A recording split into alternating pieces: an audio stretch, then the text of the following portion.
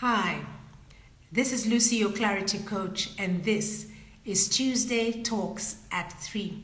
Welcome to the Personal Audit Series.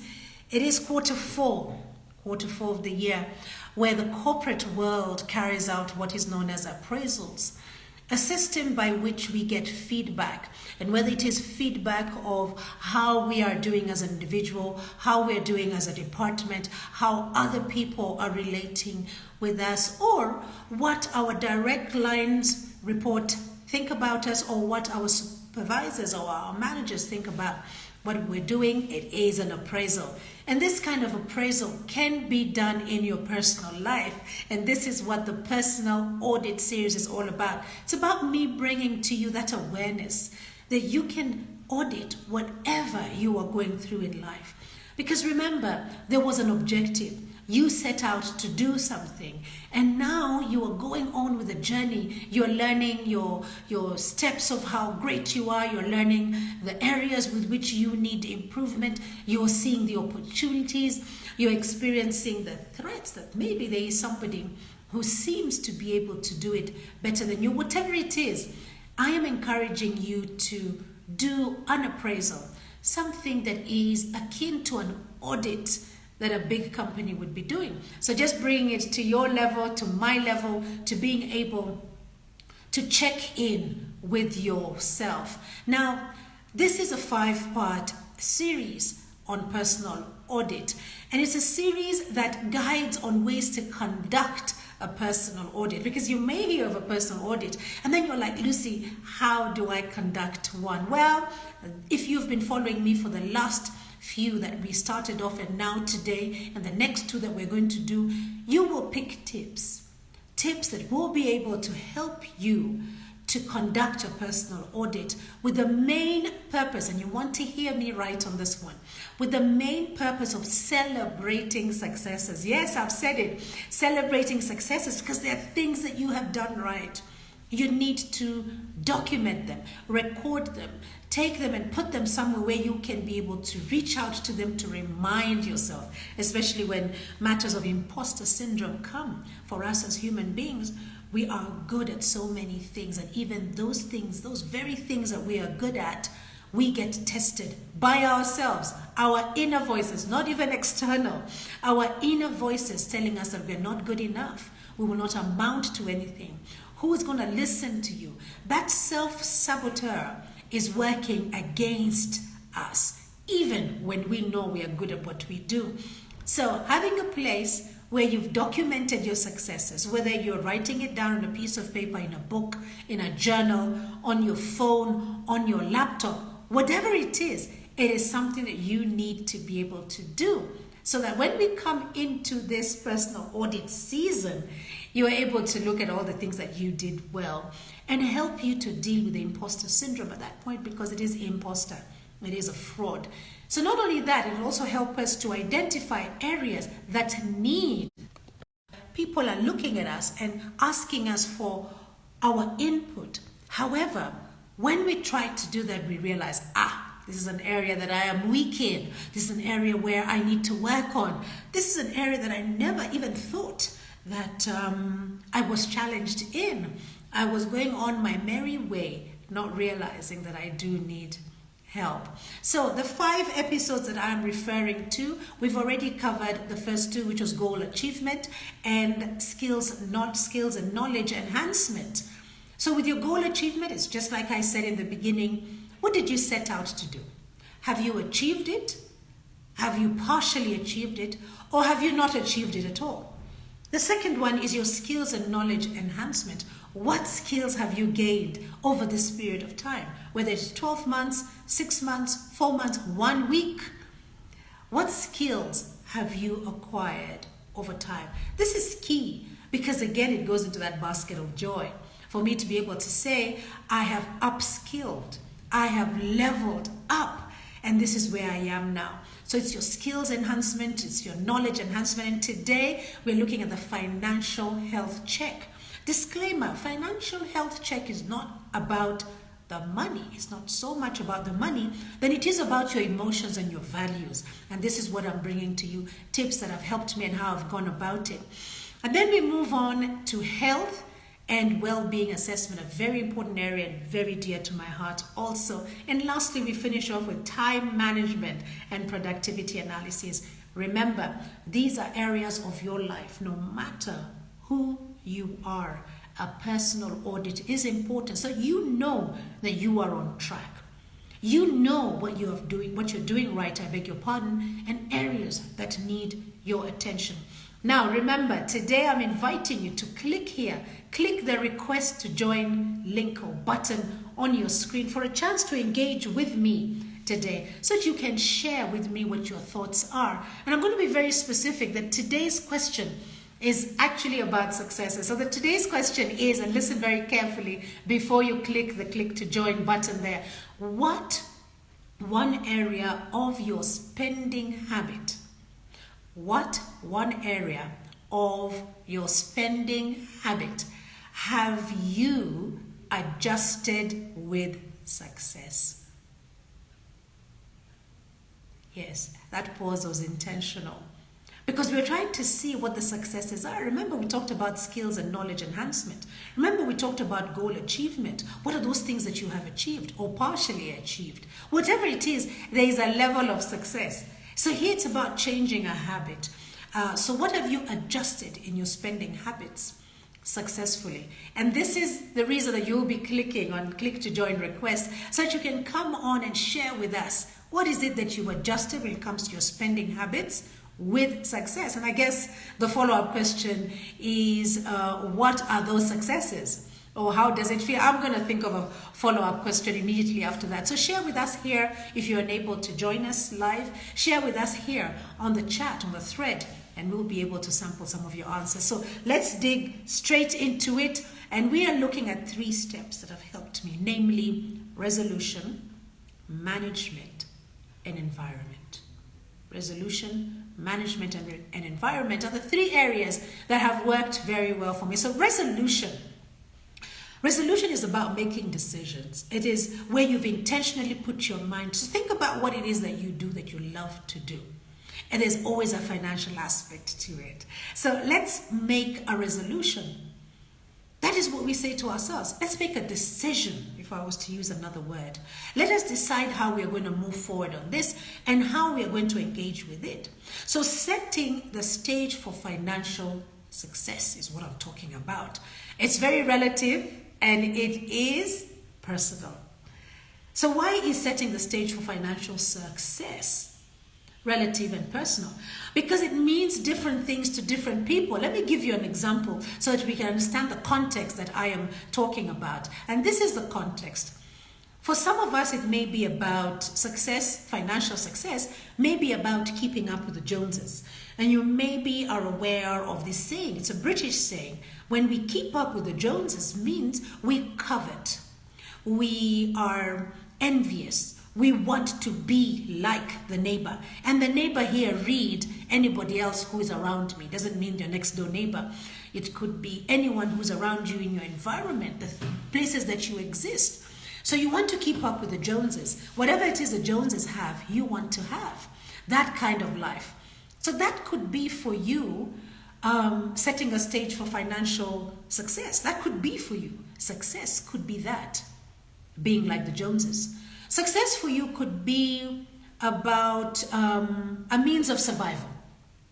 A means of survival could be success for you. The fact that you were able to make it through in whatever season of your life financially, that's a success metric for you.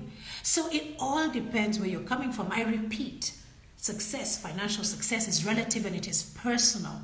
And until you understand what is your measure, only then will you be able to manage what is going through in your head and come up with resolutions that make sense for you. So it's either keeping up with the Joneses, it is either a survival mechanism, or third but not last or not least, is it could be about self-actualization. For you, financial success could be you have arrived. You have ticked off all the boxes in Maslow's hierarchy and you're not, well, it's a triangle, and you're right at the top of the triangle there. And at that point, you have arrived. Whatever that means for you. The fact is It is personal and it is very relative. So there are three things that I have found continue to work for me. Am I successful? No. For me, it is work in progress. The fact that I've got my eye on the prize and I keep moving forward is the reason that I'm sharing it with you. You may get there ahead of me, but we will be together on the journey. And I hope that these 3 tips on resolutions will help you. Number 1 is reflect on your values and priorities so that you can align these to your financial goals with your personal aspirations. You need to have a merge. They need to meet one another. They need to make sense. So reflect on your values and priorities. Secondly, break your resolution into small bits. And for those of you who've been following me, I've always talked about creating action plans from SMART goals. The only way that I have found has worked for me is when I take one step at a time. Translated, we are breaking it into small action plans, workable actions, so we can end up finding ourselves at the top of that 1,000-flight staircase or at the top of that mountain. If we look at the height of the mountain, we may feel limited. However, if you just look at that one step, that one action plan, that helps. And thirdly is regularly remind yourself of that resolution. So we're going full circle. So the 3 things are reflect on your values and priorities, break your resolution into small actionable milestones or action points. And then number 3 is remind yourself of your resolution. Now, as you're doing this, I encourage you to check in with your emotions. Why? Because we are emotive, we are human beings, and this is about motions. Emotions is what we are all about. You want to check in with them. Do not ignore those emotions. How is this process making you feel? It's something that you need to ask yourself. This process of creating a resolution for your financial success, how does it make you feel? And you may ask me, what's the use, Lucy? Why am I doing this now? It's so that you recognize this emotion when it comes around again. Because life is not finite when it comes to experiences. It's infinite. We will always have different experiences. Life and mortality is finite. We were born and we shall die. However, the journey in between, the experiences that we have on this journey are infinite. They keep on moving and changing and morphing according to our seasons. So check in with that emotion, because in your next season, when this emotion revisits, you know it's either a friend or foe that is knocking on your door, and you know how to respond to it. It's important that you know your emotions and that you're checking in with those values and ask yourself, am I aligned or not? So today's question is, what one area of your spending habits have you adjusted with success? We want to be able to congratulate ourselves, and there's a click to join request on your screen. Hit that and share with me your answer. Let us sample what it is that you have. If you're feeling shy today, drop it here in the chat. And I can already see we've got quite a few here. We've got Twin 17M, we've got Prometheus Unicorn, we've got Lynn Mwende, we've got Nancy, that must be Jonathan and Will. And that must be Roseanne also. Thank you so much for joining me, guys. Today, we are talking about financial health check-in. It's not so much about money, guys. It's about what goes on in our head, how we internalize our financial health. What are the things that come up? It's all about personal development. It's about mental well-being. So resolution was the first one. Then comes management. Now, management is a big thing, because once you have something, you need to know how to move it from one place to the other. I beg your pardon. So analyzing your financial and mental landscape is very important. As you continue to analyze your landscape, I beg your pardon, and my screen is moving right there. There are certain things that I would encourage you to do. And it is one thing that my friends will be able to tell you, or my acquaintances, is that I'm one person who keeps detailed records. detailed records of things of the past, just so that, because I like order in my mind. And one of them is keeping a record of expenses. How do you go about keeping a record of expenses? You create a space in your life, on your schedule, to sit down and put together a list of things that you have bought, things that you have acquired, things that you've paid for, whether it is utilities that you have taken care of, or your sports, whatever it is. You want to keep a detailed record of all your expenses so that you can understand what your spending habit is. And here today we are asking, what one area of your spending habit have you adjusted successfully? And this is how you're going to know that you have adjusted, or maybe this is how you're going to know that you need to adjust. Whichever way, it's a win-win. And in this way, you are able to exercise discipline, consistency, and determination to stay on track. And I tell this story because I learned this habit so many years ago, and it has become second nature for me, and it only came up about 9 months ago when I moved house. And I found receipts stapled together. That's the word I'm looking for. You can see I'm doing the action there. Stapled together. The receipts had since faded, the ink on the receipts, but the papers were there. And I could barely make out the years when these receipts were put together. But it just told me that, it reminded me of the habit that I have formed over time in keeping your receipts and documenting your expenses. And this is what I did daily to create a habit. Then I did it weekly, and then it became monthly, to the point where when I had an auditor or an accountant looking at my records, I already had the receipts. I already knew, and even if it is online, like today we get online receipts, I am filing them under my taxes so that it's somewhere where I can always get access to them easily. And anybody who needs to do my returns for me, I do them myself now. But there was a time when I had people doing my returns for me. I would share this information as a document. And because of that, I was able to come up with what I do today. I traveled a lot in my younger years, when I was in hospitality, active hospitality work. And I was given an imprest. And when you're given an imprest, meant that you had to account for these monies. So that habit was formed, and it was firmed. Today I can tell you how much I spend, when, where, how. I can even share with you the inflation, that maybe 3 years ago I paid so much for my Zoom account, and today in equivalence, because the US dollar has become stronger against the Kenyan shilling, this is how much I'm paying. I can measure inflation for you. You can only do this if you have documentation. Well, enough of documentation.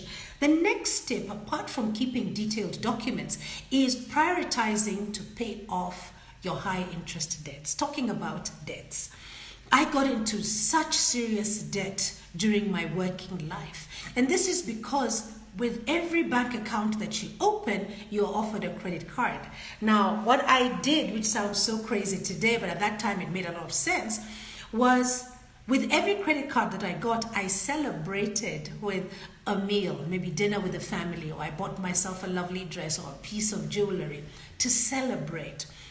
Now, this worked against me in the long run, because if I did not pay off by the end of the month from my salary, then it accrued, and the interest rates of credit cards are very high. I now know in hindsight that although I get a credit card, I should celebrate with my debit card, because with my debit card, there's no interest like the way you get the interest on a credit card.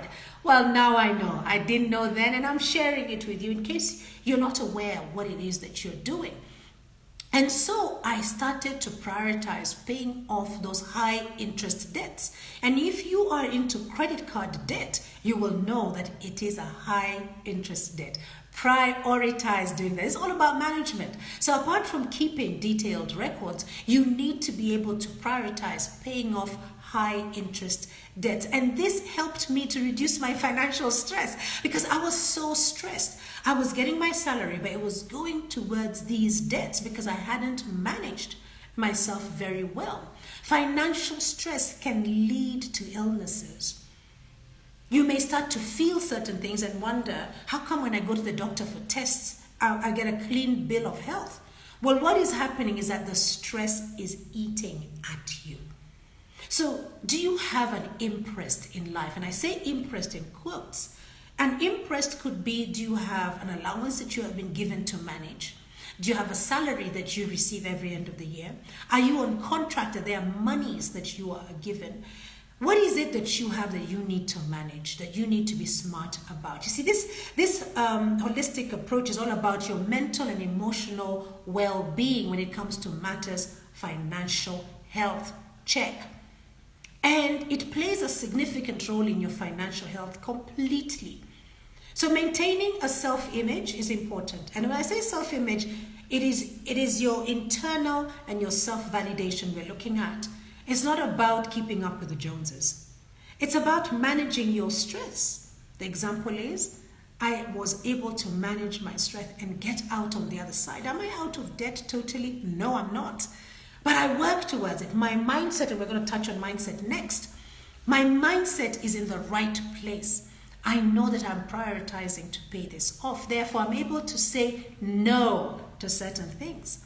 That muscle has become quite strong for me. I have worked on it over the years, and I'm getting myself out of this hole. And the day is coming when my revenues will be mine, and I will have a stress-free mindset. But we're getting to mindset in a moment. So this holistic approach ensures that your financial audit isn't just about numbers. We talked about stress and mental wellness, but it's about improving your overall quality of life. And you know what the question is today. And I can see that nobody is joining me here to be able to discuss this with me as we come to the end of it. Remember to share your thoughts here on the thread, and we will be able to look at it. So looking at the right mindset. All this is about the environment. We're talking about the environment of what is going on here between your ears, because that is the one place where your validation matters. Your internal validation matters. This is the one place also where your self-saboteur is alive. And read, when I say self-saboteur, as your limiting beliefs. Read as the voices in your head. The voices that are trying to keep you in a comfort zone, that are limiting you from getting to your potential.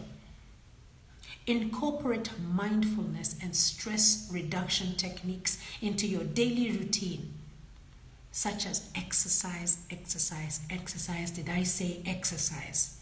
And quiet time. Because whatever it is that is happening in your head needs you to exercise mindfulness. That means you're placing yourself in the center of all this, and therefore you are the biggest investment that is needed. You invest in yourself. What is it that you're doing about yourself so that you can show up tomorrow and the day after and the day after, but in a healthy way? This is you checking in and doing a personal audit. Regularly assess your personal growth. How am I doing? How am I progressing? Celebrate those achievements, like I've said, and you learn from your setbacks. And boy, have I learned from so many of my setbacks. Today I speak with you from the confidence that I am not a perfect being. I am a work in progress. Or do we say I am work in progress? So in being work in progress, I look at my mental wellness. What is my financial success parameter? Is it about me having the money, or is it about me having the right mindset? And it's a question that you need to be asking yourself.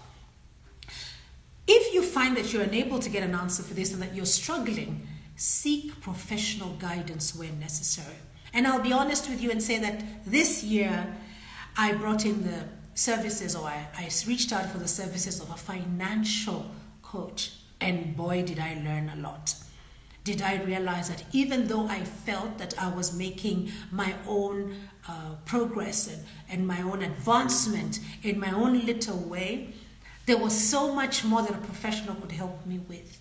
The things that then I put into place are helping me to this point. It has reduced my financial stress, and it has improved my mental well-being. Another way to improve your mental well-being when it comes to matters financial is educate yourself on personal finance. Whether you want to look at books, you want to look at courses, you want to listen to podcasts, there's information out there today. YouTube is so much, there's so much resourcefulness there that you can be able to learn from. But include it in your time. Engage in positive financial discussions. Don't get into a situation where we are arguing about finances, but go into a situation to learn. So find areas, circles, that environment that we are talking about, where you are able to create a supportive network when it comes to matters discussing finance. Whoa, discussing finance. This helps you. It keeps you prepared. It keeps you open to learning from your successes and your setbacks. And last but not least is practice self-compassion. So you made a mistake. That was yesterday. What are you going to do with the lessons that you have learned from that mistake? Practice self-compassion. Because if you don't, then your self-saboteurs are the ones that are going to take over the day, and you will be a wreck. That is what is going to happen. Well, those are three things that I wanted to talk about today: the resolution, the management, and then finally, the environment that you're in, which is your mindset. Now, I want you to just remember that your financial journey is a marathon. It's not a sprint. Like I said, the experiences we have in between are infinite. These experiences will keep on coming around. How are you preparing yourself for that financial health check? Stay focused, stay motivated, and stay mindful as you work towards your financial resolutions. Now, by following this threefold approach, which is resolutions, management, and environment, you'll be well on your way to conducting a comprehensive financial health check audit. Whoa!